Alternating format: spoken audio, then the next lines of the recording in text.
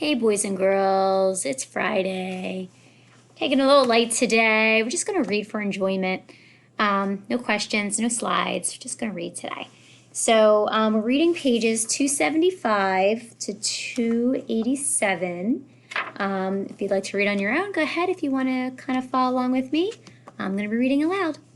So page 275, Aftermath. If you remember yesterday, we got to the end of the section where August and his friends had an encounter in the woods with those big bad seventh graders.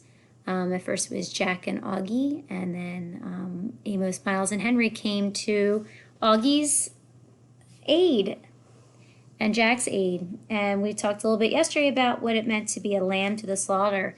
And I was really enjoying listening and actually reading to what you had said, a lot of you, about realizing, you know what, Augie really isn't the lamb to the slaughter anymore. Because a lamb was somebody who was innocent and kind of unknowing. And I think Augie is not that way anymore. Augie knows exactly what he's up against, and he knows how to kind of handle himself. He stuck up for himself, and now he's got some other people who are willing to stick up for him too.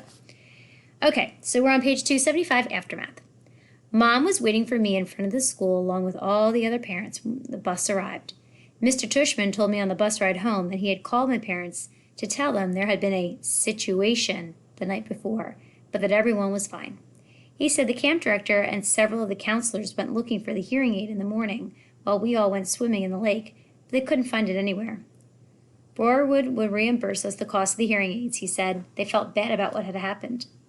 I wondered if Eddie had taken my hearing aids with him as a kind of souvenir, something to remember the orc. Mom gave me a tight hug when I got off the bus, but she didn't slam me with questions like I thought she might. Her hug felt good, and I didn't shake it off like some of the other kids were doing with their parents' hugs. The bus driver started unloading our duffel bags, and I went to find mine while Mom talked to Mr. Tushman and Miss Rubin, who had walked over to her. As I rolled my bag toward her, a lot of kids who don't usually say anything to me were nodding hello or patting my back as I walked by them. "Ready?" Mom said when she saw me. She took my duffel bag, and I didn't even try to hold on to it. I was fine with her carrying it. If she had wanted to carry me on her shoulders, I would have been just fine with that too, to be truthful. As we started to walk away, Mr. Tushman gave me a quick, tight hug, but didn't say anything. Page 276, Home. Mom and I didn't talk much the whole way home. And when we got to the front stoop, I automatically looked in the front bay window because I forgot for a second that Daisy wasn't going to be there, like always, perched on the sofa with her front paws on the windowsill, waiting for us to come home. It made me kind of sad when we walked inside. As soon as we did, Mom dropped my duffel bag and wrapped her arms around me and kissed me on my head and on my face like she was breathing me in. "It's okay, Mom, I'm fine," I said, smiling. She nodded and took my face in her hands. Her eyes were shiny. I'm going to stop here for a second because we talked a lot about how Augie has changed in that last chapter. And I think his mom has changed. Remember the very first day of school when she went to pick him up and all she wanted to do was talk and ask questions, and Augie just said, "Fine, fine," and he didn't want to answer her?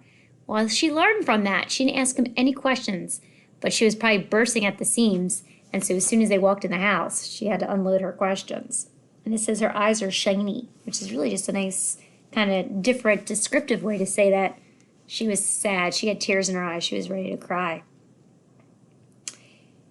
"I know you are," she said. "I missed you so much, Augie. I missed you too." I could tell she wanted to say a lot of things, but she was stopping herself.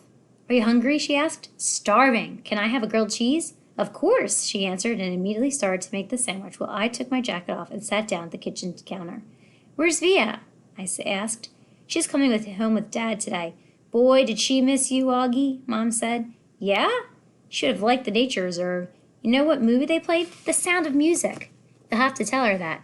"So, do you want to hear about the bad part or the good part first?" I asked after a few minutes, leaning my head on my hand. "Whatever you want to talk about," she answered. "Well, except for last night, I had an awesome time," I said. "I mean, it was just awesome. That's why I'm so bummed. I feel like they ruined the whole trip for me." "No, sweetie, don't let them do that to you. You were there for more than 48 hours, and that awful part lasted 1 hour. Don't let them take that away from you, okay?" "I know," I nodded. "Did Mr. Tushman tell you about the hearing aids?" "Yes, he called us this morning."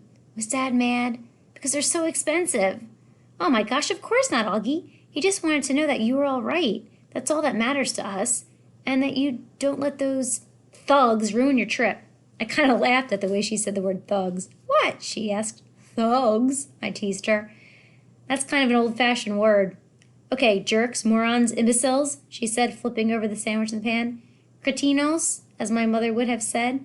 Whatever you want to call them. If I saw them on the street, I would. She shook her head. They were pretty big, Mom, I smiled. 7th graders, I think. She shook her head. 7th graders? Mr. Tushman didn't tell us that. Oh, my goodness. Did he tell you how Jack stood up for me, I said? And Amos was like, bam! He ran right into the leader. They both crashed to the ground, like in a real fight. It was pretty awesome. Amos's lip was bleeding and everything. He told us there was a fight, but, she said, looking at me with her eyebrows raised, I'm just so grateful you and Amos and Jack are fine. When I think about what could have happened, she trailed off, flipping the grilled cheese again. My montauk hoodie got totally shredded. Well, that can be replaced, she answered. She lifted the grilled cheese onto a plate and put the plate in front of me on the counter. Milk or white grape juice? Chocolate milk, please. I started devouring the sandwich. Oh, can you do it that special way you make it with the froth? How did you and Jack end up at the edge of the woods in the first place? She said, pouring the milk into a tall glass. Jack had to go to the bathroom, I answered, my mouth full. As I was talking, she spooned in the chocolate powder and started rolling a small whisk between her palms really fast. But there was a huge line and I didn't want to wait, so we went toward the woods to pee. She looked up at me while she was whisking. I know she was thinking we shouldn't have done that. The chocolate milk in the glass now had a 2-inch froth on the top. That looks good, Mom, thanks. And then what happened? She said, putting the glass in front of me. I took a long drink of the chocolate milk. Is it okay if we don't talk about it anymore right now? Oh, okay. I promise I'll tell you all about it later when Dad and Via come home. I'll tell you every detail. I just don't want to have to tell the whole story over and over, you know? Absolutely. I finished my sandwich in 2 more bites and gulped down the chocolate milk. Wow, you practically inhaled that sandwich. Do you want another one? She said. I shook my head and wiped my mouth with the back of my hand. Mom, am I always going to have to worry about jerks like that? I asked. Like when I grow up, is it always going to be like this? She didn't have an answer right away, but took my plate and glass and put them in the sink and rinsed them with water. There are always going to be jerks in the world, Augie, she said, looking at me. But I really believe, and Daddy really believes, that there are more good people on this earth than bad people. And the good people watch out for each other and take care of each other. Just like Jack was there for you, and Amos, and those other kids. Oh yeah, Miles and Henry, I answered. They were awesome too. It's weird because Miles and Henry haven't even really been very nice to me at all during the year. Sometimes people surprise us, she said, rubbing the top of my head. I guess. Want another glass of chocolate milk? No, I'm good, I said. Thanks, Mom. Actually, I'm kind of tired. I didn't sleep too good last night. You should take a nap. Thanks for leaving me Babu, by the way. You got my note? She smiled. I slept with him both nights. She was about to say something else when her cell phone rang and she answered. She started beaming as she listened. Oh my goodness, really? So beaming like a light beam. We talked about that in science, so she's like really happy. What kind? She said excitedly. Yep, he's right here. He was about to take a nap. Want to say hi? Oh, okay. See you in 2 minutes. She clicked it off. That was Daddy, she said excitedly. He and V are just down the block. He's not at work? I said. He left early because he couldn't wait to see you, she said. So don't take a nap quite yet. 5 seconds later, Dad and Via came through the door. I ran into Dad's arms and he picked me up and spun me around and kissed me. He didn't let me go for a full minute until I said, Dad, it's okay. And then it was Via's turn, and she kissed me all over like she used to do when I was little. It wasn't until she stopped that I noticed the big white cardboard box they had brought in with them. What is that? I said. Open it, said Dad, smiling, and he and Mom looked at each other like they knew a secret. Come on, Augie, said Via. I opened the box. Inside was the cutest little puppy I've ever seen in my life. It was black and furry with a pointy little snout and bright black eyes and small ears that flopped down.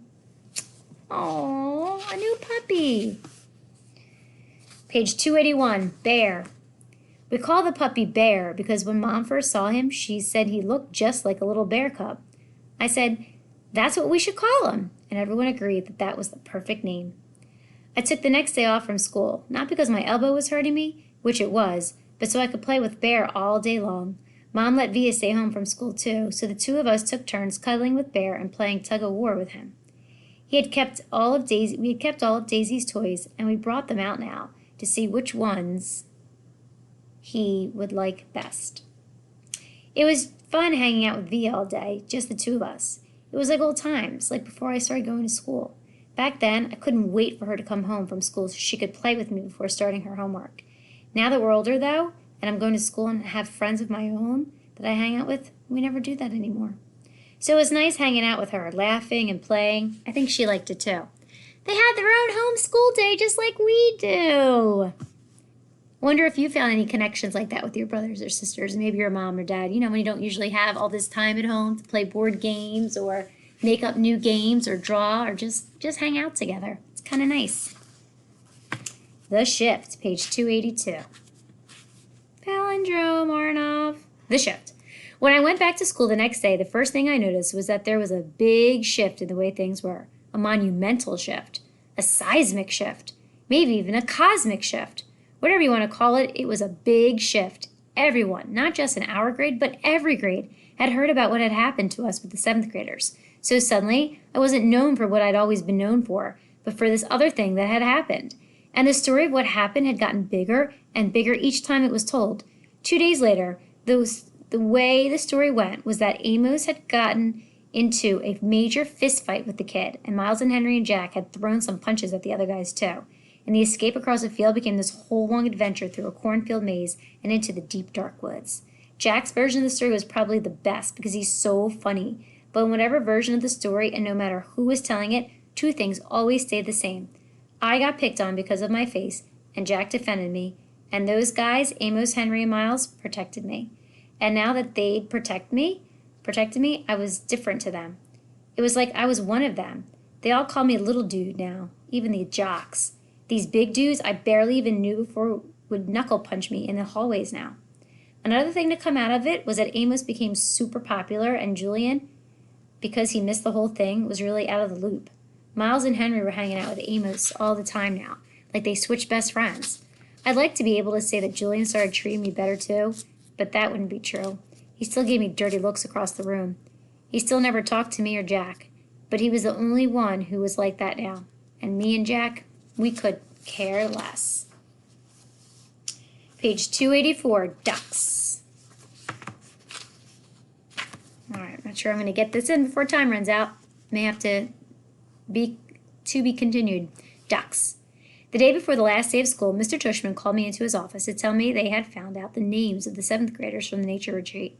He read off a bunch of names that didn't mean anything to me, and then he said the last name, Edward Johnson. I nodded. You recognize the name? He said. They called him Eddie. Right. Well, they found this in Edward's locker. He handed me what was left of my hearing aid headband. The right piece was completely gone, and the left one was mangled. The band that connected the two, the Lobot part, was bent down the middle. His school wants to know if you want to press charges, said Mr. Tushman. I looked at my hearing aid. No, I don't think so. I shrugged.